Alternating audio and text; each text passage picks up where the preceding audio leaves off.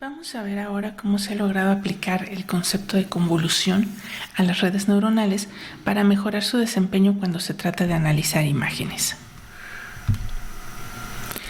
Primero vamos a ver cómo se define la arquitectura de una red neuronal convolucional. Primero que nada, aquí inicialmente vamos a asumir que se trata de redes para procesamiento de imágenes.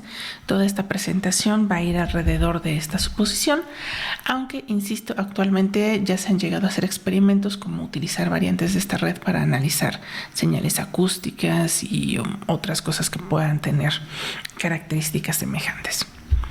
Entonces, si pensamos que lo que está entrando son imágenes, podemos visualizar la diferencia entre las redes que ya conocíamos y las nuevas de la siguiente manera. En las redes neuronales de alimentación hacia adelante, lo que tenemos típicamente son tres tipos de capas. Nuestras capas de entrada, que están formadas por un vector de valores de activación. Capas ocultas, que son vectores sucesivos de valores de activación. Y tenemos finalmente una capa de salida donde estamos leyendo los resultados y también se trata de un vector lineal. Cada una de las neuronas que teníamos en una de estas capas estaba conectada con absolutamente todas las neuronas de la capa de atrás. Ahora, ¿qué es lo que vamos a hacer con las redes neuronales convolucionales? La primera diferencia que vamos a notar es que cada una de las capas se puede considerar que está hecha en 3 dimensiones. Vamos a reacomodar todas las neuronas para que ahora podamos hablar de un ancho, que estaría acá, un alto y una profundidad en esta dirección. Todas las capas en general van a ser capas de 3 dimensiones. Un caso particular va a ser en un principio la capa de entrada, porque generalmente va a corresponder a una imagen.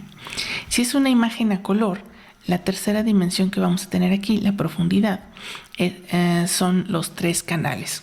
El canal rojo, el verde y el azul, también conocidos como RGB. Las siguientes capas ocultas pueden llegar a ser, pensámoslo como rectángulos, de cualquier tipo de dimensiones. Finalmente, la última capa lo veríamos como un caso particular de una tridimensional. La última capa sí va a ser como las capas de salidas que tenemos acá. Esto debido a que el uso inicial de las redes neuronales convolucionales fue para clasificación de imágenes. Entonces, lo que tendríamos sería las primeras capas se dedicarían a extraer características de esta imagen y la última capa sería una colección de neuronas donde vamos a tener la probabilidad de que en la imagen haya gatos, perros, caballos o vacas. Lo que ya habíamos visto antes con el One Hot Encoding.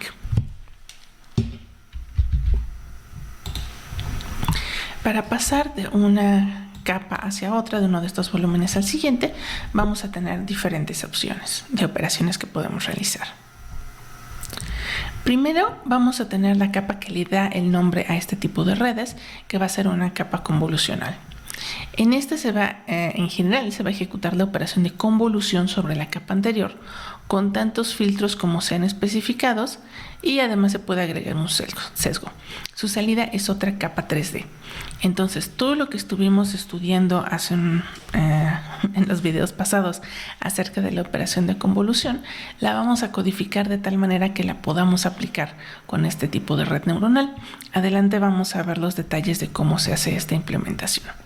Entonces, recordemos que la idea de la convolución es que tenemos 2 señales, X y H.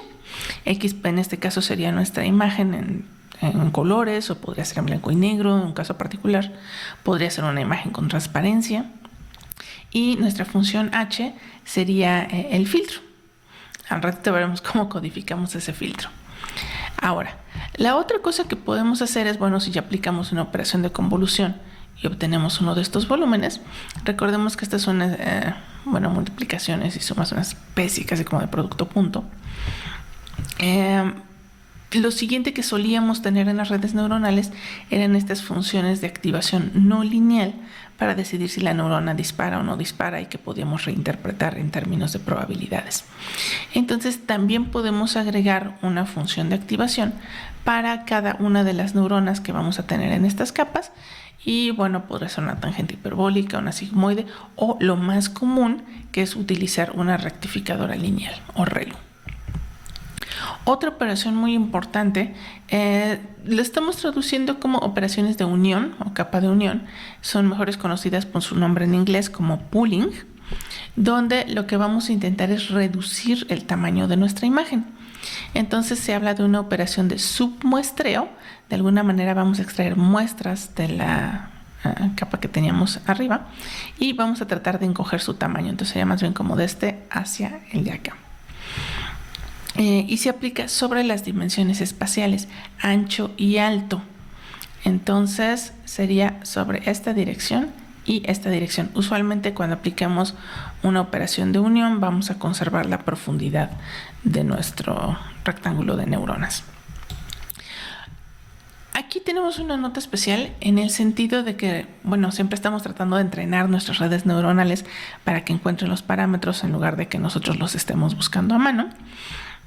Entonces, en el caso de la convolución, vamos a tener ahí unos pesos que hay que buscar los valores. La función de activación, bueno, solo es una función, realmente no hay nada que entrenar, solo hay que escogerla. Y en este caso también se destaca que en las operaciones que vamos a definir para hacer estos submuestreos, bueno, tenemos que elegir la operación, pero una vez elegida no hay ningún parámetro que tengamos que entrenar en este paso. Y finalmente el otro tipo de capa que se suele agregar pues son a las que ya estábamos acostumbrados, que serían las capas completamente conectadas, donde cada una de las neuronas en la capa siguiente está conectada con absolutamente todas las neuronas de la capa anterior. Y bueno, tanto en la convolución como en las capas completamente conectadas se puede agregar por ahí una neurona de sesgo.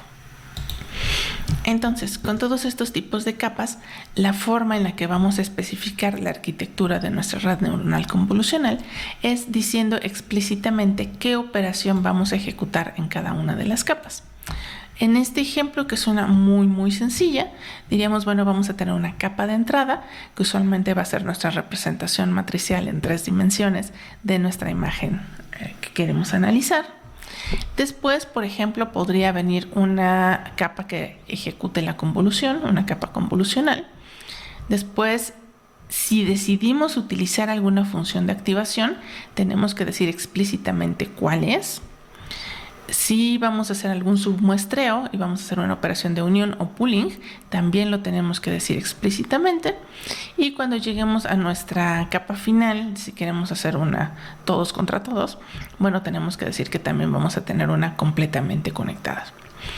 Aquí en esta imagen estoy aprovechando también para mostrar una técnica que nos sugieren para visualizar qué es lo que está sucediendo con nuestra red conforme la vamos entrenando, la vamos evaluando. Recordemos que, por ejemplo, cuando implementamos la propagación hacia adelante, pues frecuentemente nos interesaba imprimir los vectores de activación que iban apareciendo en cada una de las capas. Incluso al calcular el backpropagation, bueno, los teníamos que tener ahí explícitamente. Y resulta que cuando hacemos esto, pues también vamos a querer visualizar qué es lo que está pasando con nuestros valores de activación. Otra vez podríamos utilizar una técnica como la de Hinton, que era utilizar matrices 2D como imágenes para visualizar la intensidad de esos valores de activación. El único detalle es que, bueno, ahora en vez de tener nada más vectores, pues tenemos matrices en 3 dimensiones. Entonces la técnica que nos están sugiriendo es decir, bueno, podemos tomar cada una de las capas que vamos a tener aquí de ancho y alto, visualizarlo como una imagen 2D, el cual es bastante inmediato, y para la profundidad podemos crear una imagen por cada una de las rebanadas que tenemos en profundidad, por así decirlo. Entonces podríamos visualizar tanto qué está ocurriendo después de haber aplicado la convolución, después, bueno, cómo se están viendo esas mismas imágenes después de haber aplicado su función de activación, y si realizamos alguna operación de unión, usualmente vamos a estar modificando el tamaño. La idea generalmente es reducir ese tamaño. Bueno, también podemos visualizar como una colección de imágenes de qué tamaño quedaron ahora. Diferentes operaciones de convolución, como iremos viendo, también pueden modificar la profundidad. Vamos a tener un número distinto de canales. Entonces, en algunas capas a lo mejor bastará con 4 imágenes. En otros paquetitos podrían ser 2 o 3 imágenes, dependiendo de qué sea lo que estemos haciendo con esta operación de convolución. En el caso de nuestra capa de salida, pues podemos recurrir ya a las representaciones a las que estábamos acostumbrados. Veamos a continuación cómo funciona la convolución.